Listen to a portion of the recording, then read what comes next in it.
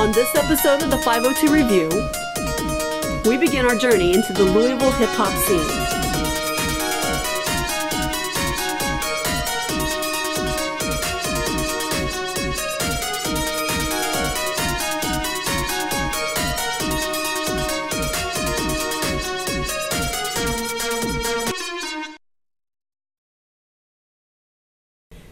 This introduction came to us, like the best introductions, through a chance encounter with a friend of a friend. King Dadu Moore of Moore Entertainment. While there's a lot that can be said about him, in the interest of being brief, every once in a while you meet someone who instantaneously you know deserves respect. It's in the way they carry themselves and in the way that others speak of them. Dadu is one of those people. He invited us to his nightclub, the Union Station Lounge on Blue Lick Road in South Louisville. While it is in an unassuming strip mall in an area of town not known for the nightlife, when we walked inside we knew we had found someone and something very special. A group of people all striving to express themselves through hip-hop. We met Ronald Nelson, who with his family will be featured on a reality TV program on TLC. We met Brandon Crockett, a rapper and stand-up comedian whose love for and respect of his fellow artists was immediately apparent. We met and enjoyed the performance given by Leonidas the Great, a portion of which we will showcase on the 502 Review. And then we met JTAntonini and watched him perform. It was clear that he was putting his heart and soul into his performance, and we couldn't wait to talk to him. Somebody had brought up Union Station to do shows at, then somebody else brought up shows at Union Station. And I might have added him on Facebook already before then. I went up there and I was just impressed with, he's laid back and he handles business. He's a really likable guy. And you don't see really likable guys in this, you see nice guys, you see, but no, he has fun with everybody. He cuts back, he stands out. And he's really supportive of everybody that's up there. You can tell that he has a love for the music. So Dadu Moore, he really, I give him 110% credit. That's how I've met a lot of the people that I'm dealing with right now. And I can't thank him enough for his work ethic and for the support that he gives to local artists. So Dadu Moore, thank you, man. And I'm gonna keep showing out for you. Don't forget, we want more entertainment. We all do. Like, that's the name of his label, but we want more entertainment. So keep bringing it to us, man. And I'll keep being there to set the stage on fire. I've been in music pretty much since I was like 6 years old. I was, I guess, more into orchestra and traditional style when I first started out. I played viola. I ended up picking up drums at one point. I can play keyboard fairly well. I guess that's why I'm good with the beat. Like, I started off really, really young. And I can't do it anymore, but I used to be able to read and write sheet music. Fantastic. Music is just major in my life. So you came up kind of more in a classical sense, but you are more of like R&B hip-hop artist right now. How did you make that transition, and at what point did you decide that that was going to be the direction you were going to steer your career? A lot of time, and life just kind of takes you in certain directions. I was in 2 different rock bands, and it was different. Bands split up. Like, it's the same reason why I have a problem with people that have big groups now in hip-hop or anywhere else. They keep talking about, oh, my clique this, my clique that. And occasionally, yes, like, there are good groups of people that stay solid. Officially clicked up, that my producer, Boss, the guy he did the whole album, he's got a tight group. They take care of each other. But the more people you have involved, that's more people you're splitting money with, that's more people that you have to worry about showing up to shows. And I found that out with rock. And what was it? One of my favorite phrases, a rock band is the dysfunctional family you choose. And it's because they're constantly falling apart. So if you're going to try to go at it with a group, you need to really, really stick together. Otherwise, it's going to be failed from the start. I got into rap, like really rapping and singing when I was 16. And I took it from there. Some days actually been recorded for a while now, coming up on 7-8 years at least. Oh, dude. But yeah, so I got away from rock. It was just, it wasn't a smooth transition. It was more into like a rock rap and then more into rap. But I was an English major. I always loved poetry, so I guess that kind of went along with that style of writing too. How do you approach writing a song? And in that approach, what do you think the elements are of a good song? It's a good question. It's reality is the best element, and I think that life has to happen to you. You can't force yourself to write a song. I've got a few tracks on this album that I've had verses written for it for a year plus that have just been sitting there. I didn't have the right beat, or I didn't have the right this. There's always something missing somewhere with it, and I think you have to, forcing yourself to sit down and try to write about something is going to fail half the time. I mean, it's just you're not going to be able to do it. You have to actually feel something. You have to have something to you happen in your life. Focus on reality. Don't think, I heard that on the radio and it sounds really good, I want to be like that. If you start off with, I want to be like that, you're failing. You have to be like you. You have to find your own. And when it comes to what I think people should focus on, Tupac, for instance, and I know white boy throwing out Tupac. I didn't listen to a lot of it growing up. I listened to him when I got older. And what I loved about him the most was that the fact he was exactly who he said he was. He didn't bullshit anybody. He was unapologetic. He was who he said he was. So all these people you hear on the radio now, I'm this, I'm that, I'm gangbanging, money, blah, blah, blah. Half the time they're full of shit. And he wasn't. So I think that's the main thing with me. Whatever you're talking about, as long as you're in your genre and you are yourself, that's the most important thing. Okay, so you have an album out. I'm hotter than the sun, quick to pull the trigger first. You showed up inside a limo, now you're leaving in a hearse. I ain't got nothing but another bloodthirst. For what it's worth, you can call me the king, I'ma put your ass to work. Once I get done with beating you from stage left to stage right, why you keep on fighting like you coming down with stage fright? Still a young kid, but apparently I aged right. Made flight, now I'm shooting straight through at my aim sights. Why you looking at me like that? Do you wanna die? Why you looking at me like that? Family wanna cry. There's plenty of people asking me if I'm really gonna be that guy. Yes I am. Why you think I'm training like I'm fucking high? Feel no pain, feel no shame. Ask no questions, take no names. Feeling great, carry weight. Violently I play this game. Change it up, round and pounding up. I never stay the same. Straight insane. Listen to the way these people say my name. Bloody, wishing that you was something like me. You better study. Got nothing on my abilities. Tap out, give it up, or I'm breaking your arm. I'm the number one contender. Bitch, don't be alarmed that you're bloody. Wishing that you was something like me. You better study. Got nothing on my abilities. Tap out, give it up, or I'm breaking your arm. I'm the number one contender. Bitch, don't be alarmed. I was already both my head and my hands steady. Hit you with the left and the right and bet that it is deadly. You wake up 6 months later from being comatose, thanking the Father, Son, and Holy Ghost. If your bones ain't broke, I'm a hurricane. Yes, I'm a beast. Yes, I hit you with earth, wind, and fire from the streets. And if it ain't enough, I hit you with the kitchen sink. Laughing while you gasping for breath, asking for death. I'm everlasting, blast and shoot first. Questions might come later. Either way, you're fighting me, so the answer's in my favor. What's your flavor, man? I'll give you a taste. Misplace your face when I hit you like my fist ain't got breaks, aches, and pains. My main problem's people fighting each other. It's the same problem I see in life. It's the same problem I see with the government, with politics. Everybody's fighting each other. We're all trying to blame each other for everything going to hell. So you've got all of the artists, they blame promoters, they blame DJs, they blame venues, they blame everybody. They're all mad, and I get it, they want to make it, but they need to consider what they're doing. Like, I can sell an album, I can't sell a mixtape. Yeah. And we've talked about that before.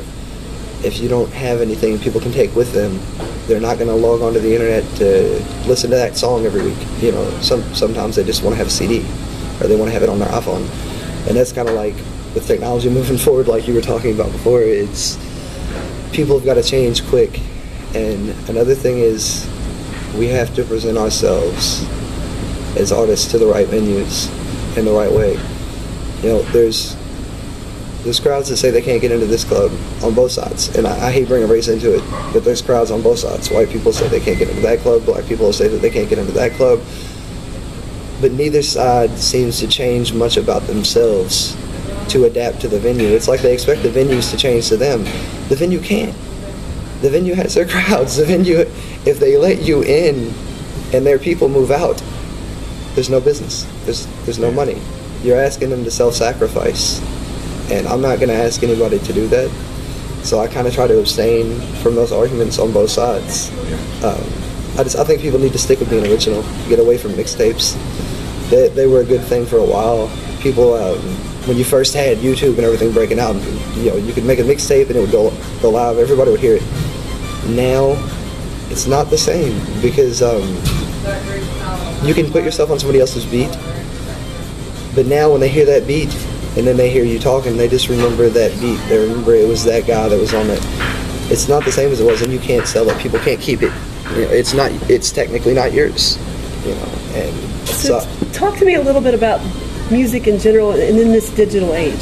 It used to be there was a very solid business model for artists who wanted to come up in music, and that's kind of been blown out of the water in the day and age of torrenting and YouTube and all these other things that happen. How does an artist make a viable income in this digital age? He doesn't. He doesn't. He loses a lot of money until one day he makes some. There's not any. I could sit here and lie to people and tell them how great. You can eventually get to a point where you get by. Once you get to a point where you're getting by, making it in music, you're ready to go to that next step. You're going to invest a lot. You're going to invest a lot. You're going to lose money. Because you had to pay for the beat. Then when you get done with the beat, you had to pay for the recording. Then when you get done with that, you had to pay for the mix master. Then you had to pay for the albums to get done. And if they're crappy albums and they're not professional, nobody's going to want to buy them. Yeah. So you better fork over a little bit extra for that. Then you have to hope that you can get some venues. And when you get the venues, you got to hope that people aren't at work and that they can actually make it out to your show. And then if you want t-shirts, anything, you've got to find somebody that's willing to do it for. There's nothing about this. It's free. And people think that, some people look at you and they think, why would you do this? It's not work. There's a reason why they came up with the term starving artist. That's been around forever, and it's. So what does keep you going? I look at 1,000 people around me who are all struggling, who all think they've got better advice to give than me.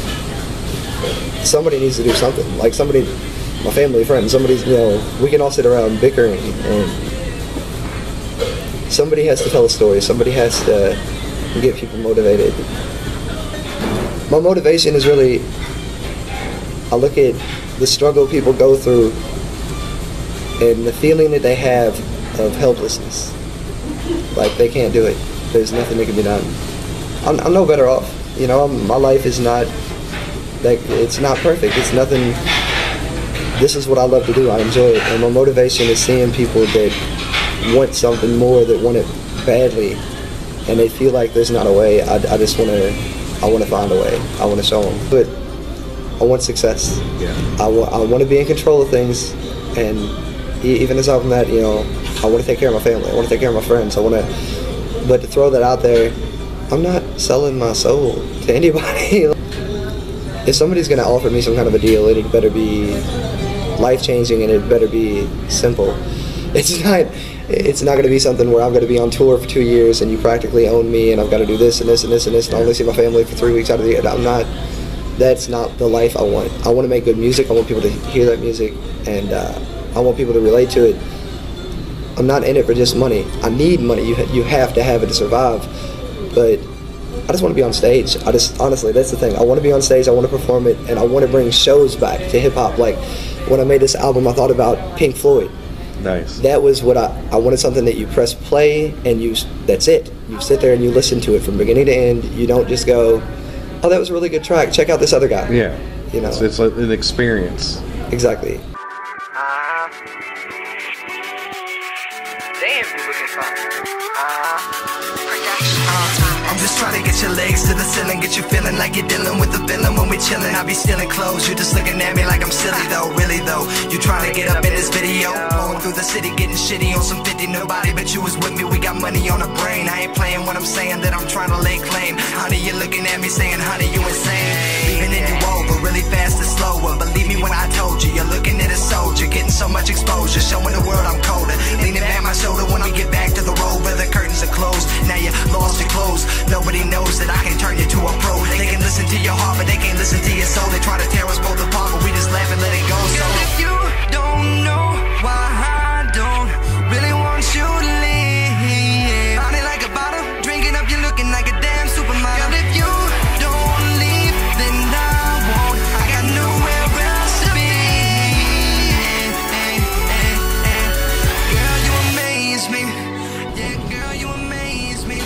don't give up. Like, and stop being so damned arrogant. Like, everybody has to act like they're the shit now, or they're not. No, there's subtlety, there's nuances, there's polite conversation, there's respect, and I'm not going to call anybody out, you know, and I've been to enough shows now that I don't think anybody would be able to rat, oh, so-and-so did this.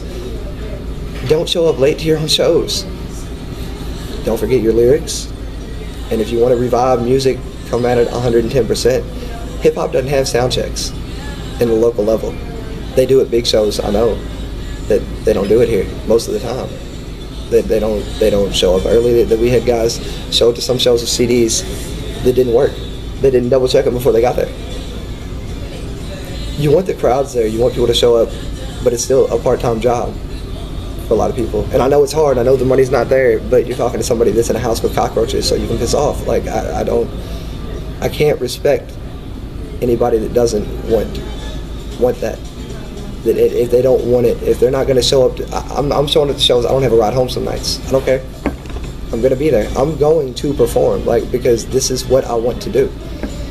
So the best advice I can give to people is be the artist they want to be. You know, don't quit. If you are a rapper, you are a rapper. If you are an R&B artist, you are an R&B artist. You are not a McDonald's worker who does R&B on the side. You are an R&B artist who works at McDonald's on the side. And I don't think there's enough people around here that understand that. And I think that, I understand that I love them. I love all the artists around here. They're putting in work like mad, and I appreciate all the support that I'm getting from them. And like I said, if I could recommend a producer, it would be Boss with Officially Clicked Up. He recorded my whole album. Red Iron Entertainment, Jeremy Williams for making the beats. Troy Armani Beats. I mean, these guys, they put in work. They make good music. They put in work. They care about the music. And some artists are just in it because they want to have the money to not have to work. They think that they can make some YouTube videos or put out a 1-track, 2-track thing, get noticed because they see that somebody did that and made $1 million. Like somebody made that 1 track that made them rich. This isn't part-time. There is somebody out there hungrier than you. There's somebody out there hungrier than me. And I'm pretty damn hungry, so. Here's what we want you to consider. It takes real courage to follow your dreams, doesn't it? To put aside what the world says you should do. Graduate, settle down, get a 9-to-5, save all the money you can, and work your way up through a recognizable societal norm. To put all of that aside, and with enough belief in yourself and your talent, to pour your soul into an art form. Whether it means you paint a painting, cast a sculpture, or stand on a stage and perform, hoping that you resonate with an audience. And yet, for men like JTAntonini, this is what they are called to do. And they have no choice but to get out there and hustle, hoping that one day they are rewarded for their passion, their dedication, and their talent.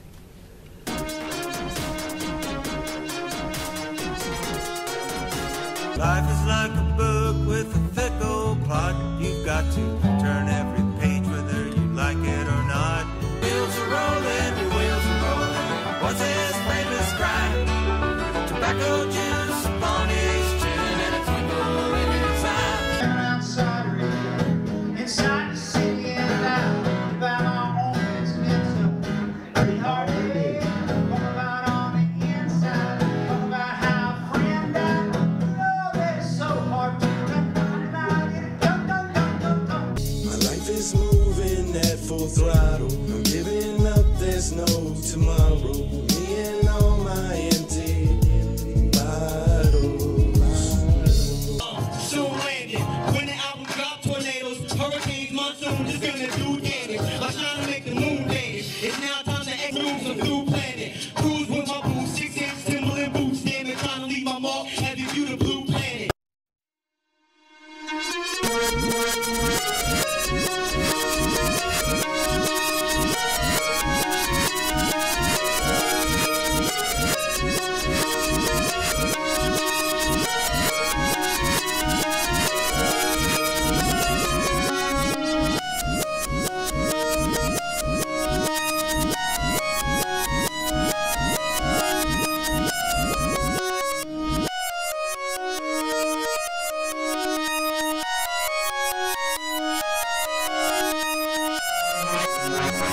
We'll be right